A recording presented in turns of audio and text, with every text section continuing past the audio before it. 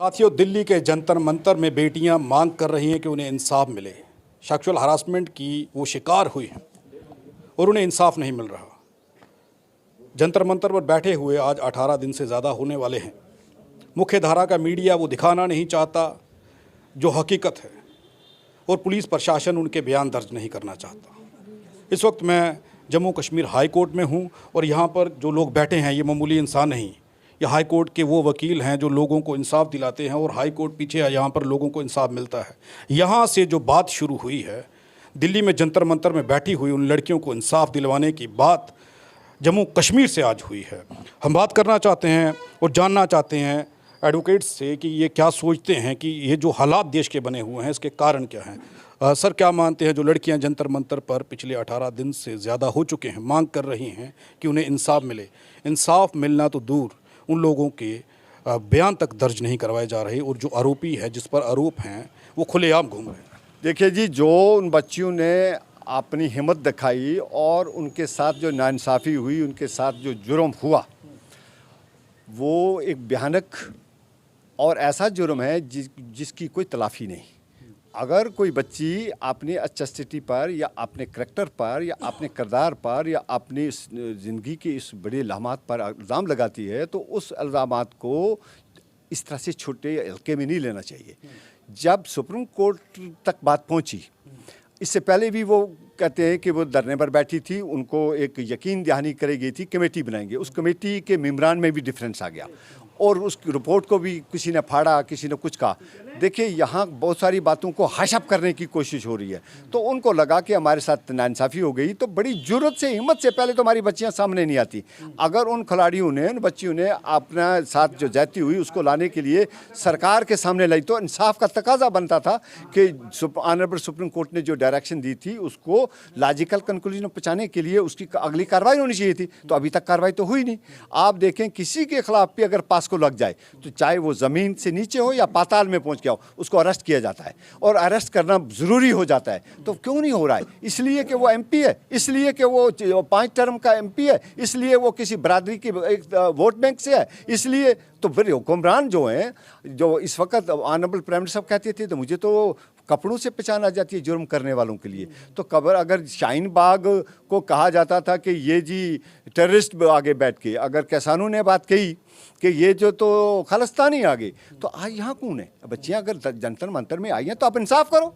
वो इंसाफ क्यों नहीं हो रहा है? हम समझते हैं कि ऑनरेबल सुप्रीम कोर्ट की डायरेक्शन, बल्कि ऑनरेबल सुप्रीम कोर्ट को अब दोबारा सो मोटो, जिस तरह बाकी साथियों ने हमारे ने कहा कि वो सो मोटो काग्निजेंस लेकर इसको क्या करना चाहिए, मॉनिटर करना चाहिए। और ये अब लगता नहीं कि ये जिस तरीके से डिफरेंस करते हैं, आप ये जाट वर्सेस दूसरी कम्युनिटी लगा रहे हैं, लोग समझ गए हैं बात को, और उस बात को लॉजिकल कंक्लूजन क्यों कि आवाज़ खल्क नकारे खुदा समझो, voice of man is the voice of God. तो दाएं बाएं के लोग इतने ज़्यादा तादाद में, अब मैं सुना है कि उनको बारिश हो गई, उनकी वहाँ गदे तक या उनके बेड नहीं जाने दिए। अब सुनने में आ रहा कि उनका खाना वाना भी उनके जाने के लिए तलाशी होती है।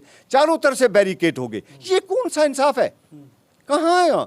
हमने जो भी हकूक लिए इस अपनी इस डेमोक्रेटिक सेट में जदोजहद करके लिए, तो क्या हमें एक एफआईआर लगानी, एक रेपिस्ट के लिए एफआईआर लगाने के लिए जदोजहद करनी पड़ेगी? वकला को आना पड़ेगा, जजेस को आना पड़ेगा, दूसरे लोगों को आना पड़ेगा, जर्नलिस्ट को आना पड़ेगा आगे? भाई ये क्या है? क्या हो रहा है? ये क्या कॉन्स्टिट्यूशन सस्पेंड हो गया? क्या ये सीआरपीसी सस्पेंड हो गई? क्या आईपीसी सस्पेंड हो गई? देखो, मैं हम समझते हैं, इसलिए हम सपोर्ट के लिए सारे साथी बैठे हैं। हम चाहते हैं कि ये उन बच्चियों ने अच्छा स्टेप लिया। हम नहीं कहते कि वो सच है, सच सामने आना चाहिए ना, पर नहीं, अगर गलत होगा तो उनके खिलाफ 182 है, 182 बनता है। तो अगर वो सच्चा है तो वो इस तरह से दंड अड़ाए क्यों? इससे तो रूल ऑफ लॉ नहीं सामने आएगा। इसलिए इससे आ जाएगा कि जिसकी लाठी उसकी भैंस। ऐसा लग रहा है। रूपलाल जी, आप कैसा समझते हैं? 2 शब्दों में पहले जानना चाहूँगा, लोकतंत्र किसे कहते हैं?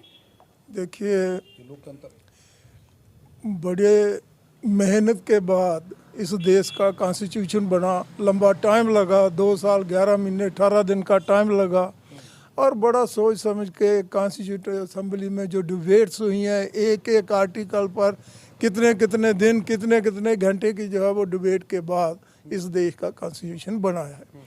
लेकिन जिन्होंने तैयार किया वही लोग जो हैं वो 26 नवंबर 1949 को जब उन्होंने प्राइम मिनिस्टर और प्रेसिडेंट के हवाले किया इस देश का कॉन्स्टिट्यूशन, तो उन्होंने अपनी जो उनका जो डाउट था उसको उन्होंने वहीं पर जो है वो एक्सप्रेस कर दिया। उन्होंने कहा कि कॉन्स्टिट्यूशन बहुत बढ़िया बना है, लेकिन मुझे शक है कि ये जो कॉन्स्टिट्यूशन है, इस कॉन्स्टिट्यूशन के इम्प्लीमेंट होने के बाद we will enter into an age of contradictions. वो कॉन्ट्राडिक्शन क्या बताए उन्होंने? कहा कि political on political side we will be having equality for the reason that one man has one vote and one vote has one value. तो वो तो सबके लिए बराबर है, लेकिन सोशो इकोनॉमिक साइड पर there will be always disparities. और उन्होंने ये भी कहा कि कॉन्स्टिट्यूशन अगर बढ़िया है, कानून बढ़िया है, लागू करने वाला अगर अच्छा नहीं होगा तो वो बढ़िया कानून भी जो है वो घटिया साबित होगा। और अगर कानून घटिया है, लागू करने वाला बढ़िया होगा तो वो घटिया कानून जो है वो भी बढ़िया साबित होगा। आज वही चीज़ हमारे सामने आ रही है कि रूल ऑफ लॉ कहता है, कॉन्स्टिट्यूशन कहता है, Indian penal code, Indian criminal procedure code ये कहता है कि किसी ने ऑफेंस किया है और जो हीनियस ऑफेंस है, इसमें अमेंडमेंट्स हुई हैं कि कैसे स्टर्न एक्शन लेना है किसी के खिलाफ। स्पेशल एक्ट बने हैं, पॉक्सो एक्ट बना है, स्पेशल ट्रायल के लिए प्रोविज़न है। और जो बच्चियां जिन्होंने हमारा नाम पूरी वर्ल्ड में जो है हमारा सर ऊंचा किया है, जिनके जीतने पर, देश को प्राइज़ मिलने पर हम वो क्या कहते थे, त्यौहार मनाते थे, हमने मोमबत्तियाँ जलाई, पटाखे जो हैं वो फाड़े के हमारे देश का नाम इन बच्चियों ने आगे लाया है। लेकिन बदकिस्मती ये है, हम रोज़ डील करते हैं बच्ची किस स्टेज पर आके कब और कैसे मजबूर हो के आज जो है वो सामने आई हैं। कोई बच्ची उनके साथ जुर्म होता है सामने नहीं आती हैं, बर्दाश्त कर लेती हैं, लेकिन आज कितनी उनके साथ, उनको कितना जो है उनके साथ ये क्राइम हुआ होगा, आज उनको अल्टीमेटली सड़कों पर आना पड़ा। और सड़कों पर आके अब वो इतनी गुहार लगा रही हैं कि भाई हमें इंसाफ दो। FIR नहीं लगती थी, सुप्रीम कोर्ट की इंटरवेंशन से लगी। अब पुलिस इन्वेस्टिगेशन नहीं कर रही है। मुझे ये समझ नहीं आती है कि पुलिस जो है वो एक एजेंसी है, इंडिपेंडेंट एजेंसी है, जब वो सिर्फ किसी के वो तलबे चाटने वाली पुलिस है। अगर पुलिस का अपना काम अगर देखें, मैं आपको एक एग्जांपल देता हूँ कि हमारे देश की पॉलिटिक्स ही जो है वो चेंज हो गई थी 1975 में। इंदिरा गांधी को अनसीट कर दिया गया और पूरे देश का कॉम्प्लेक्स ही पॉलिटिकल जो है वो चेंज हो गया। लेकिन वो भी लोग थे। उसके बाद फिर वो उन्होंने अपना रिवाइव किया, फिर वो प्राइम मिनिस्टर बने।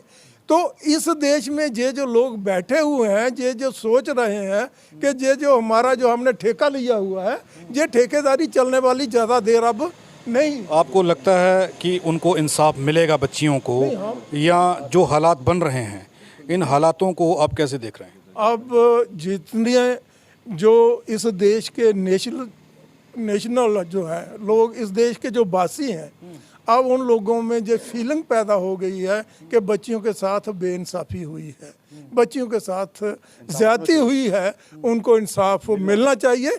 और अगर ये गवर्नमेंट अगर फेल होती है तो आज लोग सड़कों पर भी आएंगे, हर फील्ड से आएंगे, चाहे वो लीगल फ्रेटर्निटी से हैं, चाहे वो एजुकेशन से हैं, चाहे वो सोशल ऑर्गेनाइजेशन से हैं, चाहे वो हमारे किसान हैं इस देश के। सब लोगों ने ओपनली ये कहा है और मैंने भी अपने साथियों से यही कहा कि भाई हमें भी इसमें जो है जितनी हम सपोर्ट कर सकते हैं हमें करनी चाहिए। और आज हम उसके लिए सामने आए हैं। और एक बात और हम जब बताना चाहते हैं, जोड़ देता हूं कि हमें ज़रूरत पड़ेगी तो हम शायद थोड़े दिनों में हम दिल्ली भी जा सकते हैं उन बच्चियों को इसके लिए, उनका मॉरल बूस्ट करने के लिए कि अब आपने कदम उठाया है, पीछे नहीं हटना है। क्योंकि अगर पीछे हट गए तो आने वाले जो इस देश की जो बच्चियां हैं वो कभी भी सामने, मेरे जैसा आपके जैसा कोई भी आदमी अपनी बच्ची को स्कूल तक भी नहीं भेजेगा। ये एक बड़ी बात कही इन्होंने, डर ऐसा है कि लोग अब स्कूल कॉलेज में भेजने से भी डरेंगे जो हालात बन रहे हैं, क्योंकि इंसाफ हो नहीं रहा। एडवोकेट साहब, मैं एक चीज़ जानना चाहता हूँ, जो लोग बृजभूषण सिंह की समर्थन में उतर आए हैं उनको किस मानसिकता की नज़र से आप देख रहे हैं, जबकि बीच जंतर मंतर दिल्ली के दिल में बैठ कर के, भारत के दिल में बैठ कर के वो बच्चियाँ इंसाफ मांग रही हैं, और लोग बृजभूषण सिंह के समर्थन में जो राजनीतिक पार्टियाँ जहाँ जो लोग उतरे हैं उनके लिए क्या कहेंगे? आपने इस देश में उस वक़्त भी जब हम सोचते थे कि आज़ादी नई नई मिली है और हमें बड़ा गौरव हो रहा था, और उसी तरह का गौरव इन बच्चियों ने हम लोगों को, इस हमारे देश को दिया है, तो उस वक़्त भी फादर ऑफ नेशन की हत्या करने वाले को हार पहनाए गए थे। किसी भी समय को आप ले लें, हम राम राज्य की बात करते हैं तो तब भी सीता हरण हुआ, माता हरण हुआ था। ये होता है। यहाँ भी जहाँ इंसान रहेगा वहाँ शैतान साथ में है, लेकिन शैतानियत चल पाएगी कि नहीं चल पाएगी वो इम्पॉर्टेंट है। जब जैसे मेरे साथियों ने कहा कि रूल ऑफ लॉ जो है वो एप्लीकेबल होना चाहिए, तो जब कानून की बालादस्ती कामयाब होगी तो इनकी हक तलफी भी होगी, और वो जो जुलूस निकालने वाले हैं वो सिर्फ शर्मसार नहीं होंगे बल्कि उनकी माएँ जो हैं उनको पैदा करने के ऊपर रोएंगी और कोसेंगी कि हमने इन बच्चों को क्यों जना है। बहुत बड़ी बात कही है इन्होंने कि ऐसे लोगों के साथ इंसान और शैतान दो तरीके के लोग हैं जो इस धरती पर रह रहे हैं, जिनकी सोचने का तरीका अलग है, आरोपी के हक में खड़े हो जाते हैं जैसे लोग। मैं ये जानना चाहता हूँ सर, 18 दिन से बच्चियाँ वहाँ पर बैठी हुई हैं, मौजूदा सरकार में जो लोग बैठे हैं उन लोगों को ये समझ क्यों नहीं आ रहा कि ये बच्चियाँ एक नहीं 6 से ज़्यादा बच्चियाँ ये आरोप लगा रही हैं। अगर एक बच्ची ये कहती तो मामला कुछ और होता, लेकिन 6 से ज़्यादा बच्चियाँ जंतर मंतर पर बैठ कर के धरना कर रही हैं और इंसाफ की गुहार लगा रही हैं, और सुनाई नहीं दे रहा, दिखाई नहीं दे रहा।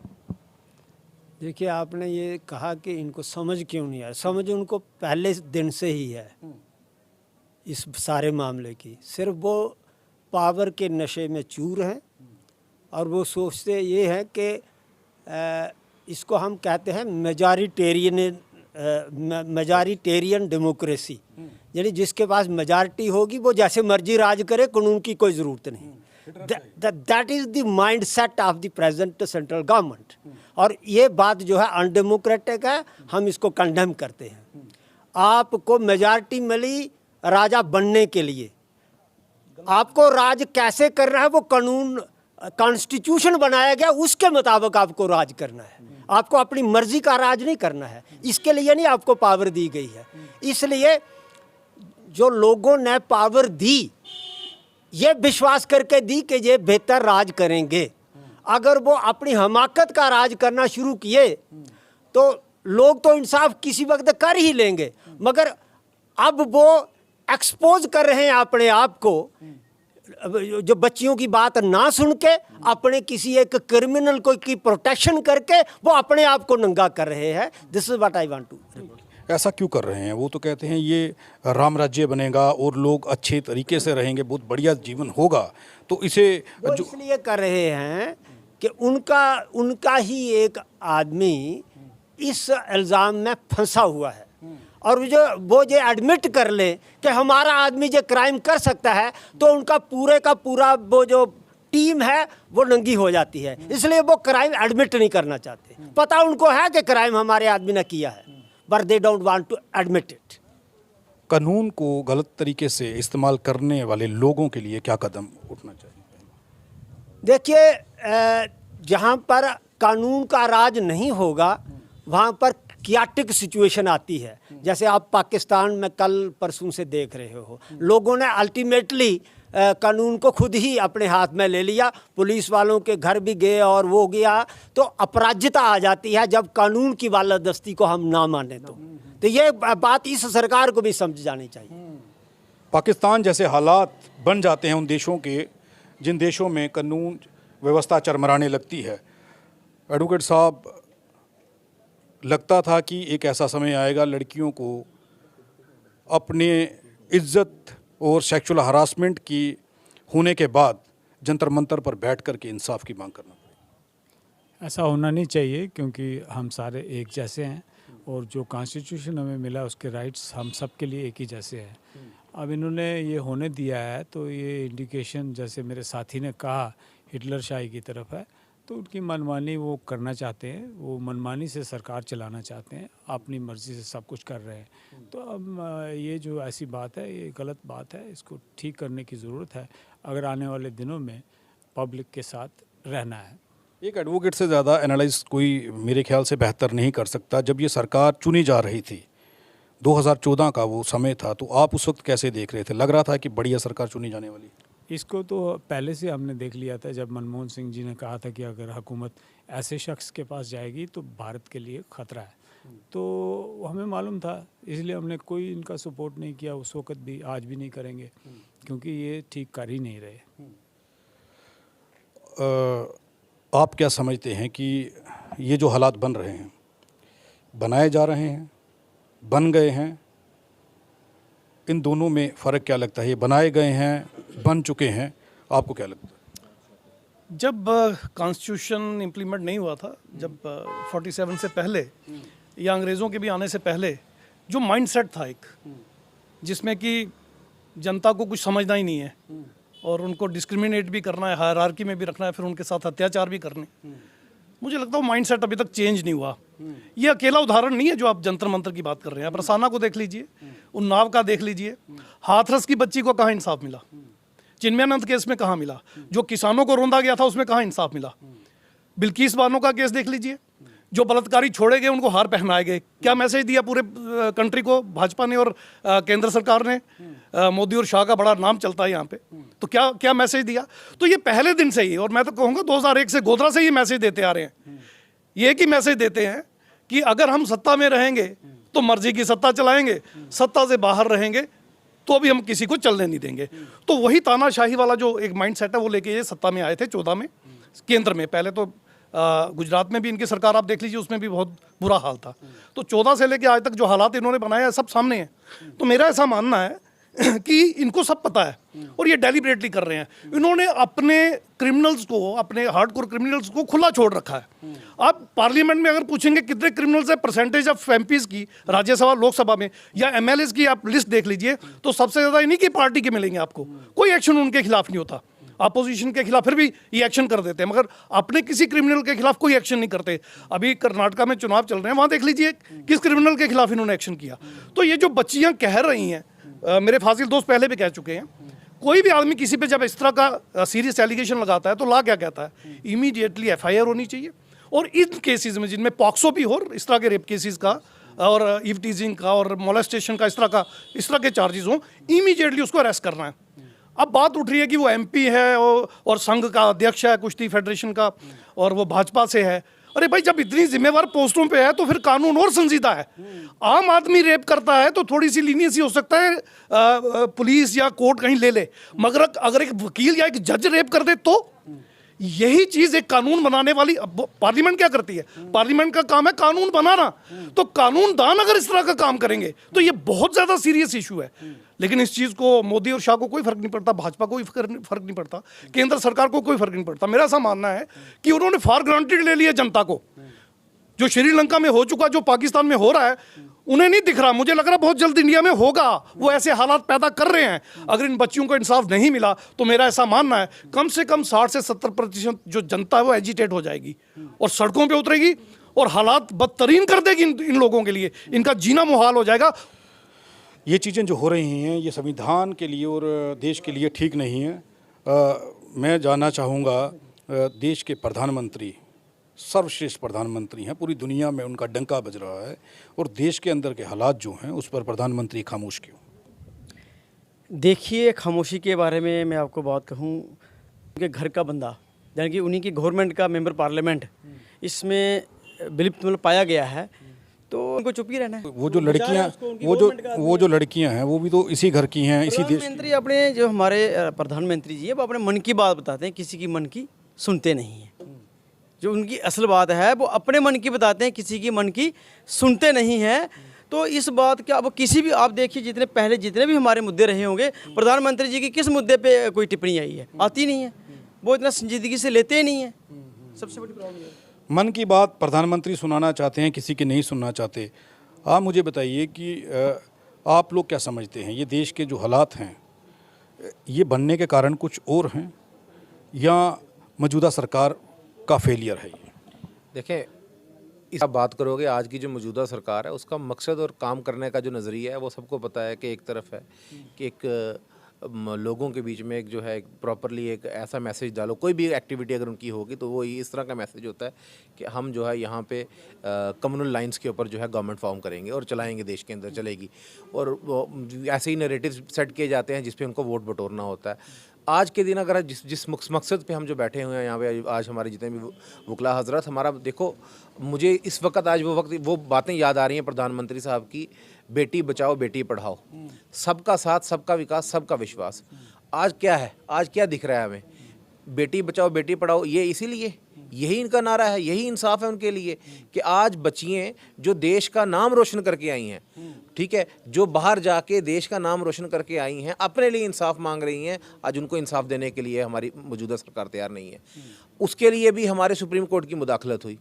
अब जब इन्वेस्टिगेशन करने की बारी है, मुझे लगता है फिर किसी तरह से उन बच्चियों को दोबारा सुप्रीम कोर्ट का दरवाज़ा खटखटाना पड़ेगा।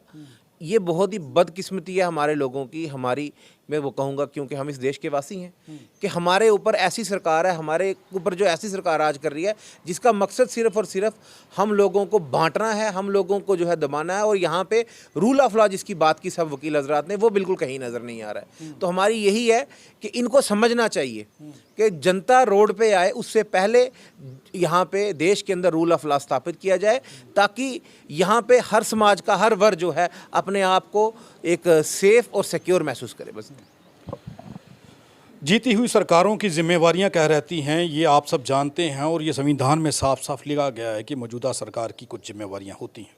उन जिम्मेवारियों से मौजूदा सरकार पल्ला झाड़ते हुए नज़र आ रही है, और उन हार्डकोर क्रिमिनल्स को जो वकील साहिबान ने कहा है उन्हें बचाने की कोशिशें की जा रही हैं। अब बृजभूषण सिंह इसमें आरोपी है या नहीं, ये फैसला तो कोर्ट करेगा, लेकिन उन बच्चियों की आवाज़ या उनके बयान रिकॉर्ड करने से पहले पुलिस के हाथ क्यों कांप रहे हैं, उनकी सांसें क्यों फूली हुई हैं, ये सवालिया निशान उठ रहे हैं। जम्मू कश्मीर की धरती से ये वकील साहिबान दिल्ली के जंतर मंतर पर हो सकता है जल्दी जाएं और उन बच्चियों की बात सुने, उनको इंसाफ दिलवाने का मुद्दा जो है उस मुद्दे में शामिल हों। आप देखते रहें RTI इंडिया न्यूज़, लोकतंत्र का पहरेदार, ताकि हम पहुंचा सकें आप तक वो खबरें जो नहीं पहुंच रही, वो धरातल से जुड़ी हुई खबरें जो नहीं पहुंच रही। धन्यवाद।